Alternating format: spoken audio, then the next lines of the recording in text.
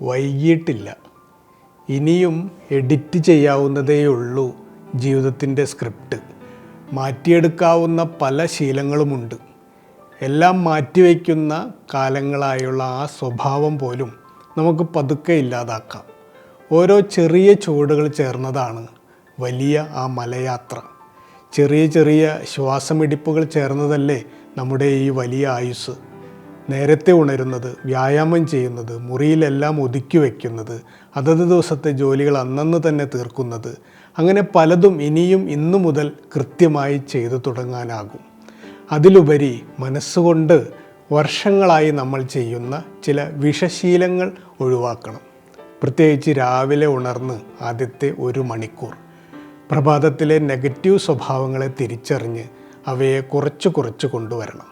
സ്വയം ശ്രദ്ധിച്ചാൽ അറിയാം നമ്മളിലെ അത്തരം വിപരീതങ്ങൾ. എന്നോ ജീവിതത്തിൽ സംഭവിച്ച ഒരു സങ്കടം ഓർത്തുകൊണ്ടാകാം ചിലർ എന്നും ഉണരുന്നത്. ആരെയൊക്കെയോ വഴക്ക് പറഞ്ഞ് നിത്യവും രാവിലെ ഉണരുന്നവരുണ്ട്. രാവിലത്തെ സെൽഫ് ടോക്ക് ഏറെ ശ്രദ്ധിക്കണം. അന്നന്നത്തെ നിസാര ജോലികളെക്കുറിച്ച് ഭീകരമായ ഉത്കണ്ഠകൾ സ്വയം നിറയ്ക്കുന്നത് ഒരു ചീത്ത പ്രഭാതശീലമാണ്. Bad morning habits. എന്നും ഉണരുമ്പോൾ അറിയാതെ ഉച്ചരിക്കുന്ന മോശം വാക്കുകൾ ചിലർക്കുണ്ട്.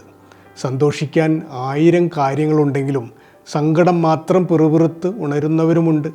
മറ്റുള്ളവരോട് അന്ന് ചെയ്ത് തീർക്കേണ്ട കുതന്ത്രങ്ങളാകും ചിലർ സ്വന്തം ന്യൂസ് പേപ്പറിൽ എഴുതുന്ന എഡിറ്റോറിയൽ. വെറുതെ ഒന്ന് വായിച്ചു നോക്കുക. ഇന്ന് ഉണർന്ന് മനസ്സിൻ്റെ കടലാസിൽ ആദ്യത്തെ 1 മണിക്കൂർ എന്തെല്ലാം നിങ്ങൾ എഴുതിയെന്ന്, എന്തെല്ലാം സ്വയം പ്രസംഗിച്ചുവെന്ന്. പ്രഭാതത്തിലെ ആദ്യത്തെ 1 മണിക്കൂർ അത്രയും പ്രധാനമാണ്. കണി കാണുന്നതിൽ ചില ശാസ്ത്രമൊക്കെ ഉണ്ടെന്ന് തോന്നുന്നു. ആദ്യം കാണുന്നത്, ആദ്യം കേൾക്കുന്നത്, ആദ്യം പറയുന്നത്, അത് നിങ്ങളുടെ ഒരു ദിവസത്തെ മുഴുവനും സ്വാധീനിക്കുന്നുണ്ട് എന്നതാണ്. ഇന്ന് നല്ല ഒരു ദിവസമാണ്. സ്വന്തം കൃഷ്ണകുമാർ.